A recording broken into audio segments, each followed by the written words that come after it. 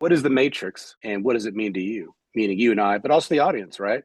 We know it's a buzzword. Obviously, the movies came out quite some time ago, but when I was with your son, probably 10 or 15 years ago, I'll never forget this. We were in New Orleans and a bunch of us guys are sitting around dinner, not even sure what we're discussing, but he made the comment, well, we're just living the Matrix anyways. And I didn't say much because when your son would say something, I would just listen. And most of the guys were like, oh, come on, Dusty, now you're going a bit too far. But he wasn't going too far. Now, he didn't discuss what he meant by that really, because at that point, either you're going to be open to it or you're not.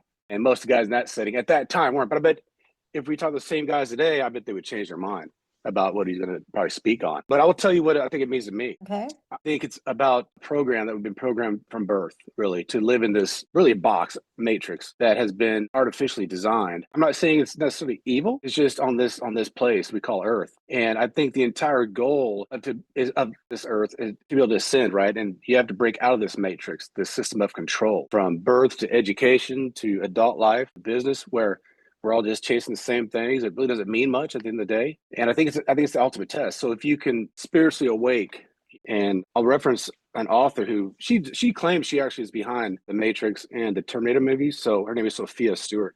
But she wrote a book called The Third Eye, which of course we've all heard that term, but she relates the Matrix and all this stuff biblically with ascending and spiritual awakening, being awake to what's really going on. And Lisa, her characters are really based like on Jesus Christ, which is pretty cool. And so it's something to look into, guys, if you want to. But my thoughts on it, but I'm really intrigued in what you're going to say, Linda. And that's why I want to bring you on today. So if you don't mind, tell me what the Matrix means to you.